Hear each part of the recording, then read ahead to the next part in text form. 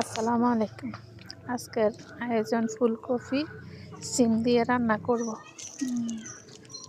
ভাতের ভিতরে সিম আলু দিছি ভর্তা করার জন্য। পলিথিন মুড়ে কিরকম হয়েছে পদ্ধতিটা জানাবে। ফুলকপিগুলা মাছ দিয়ে রান্না করতেছি।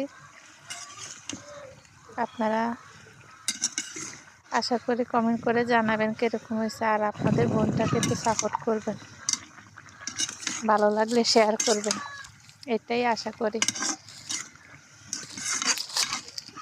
16ই ডিসেম্বরের শুভেচ্ছা সবাইকে জানাই।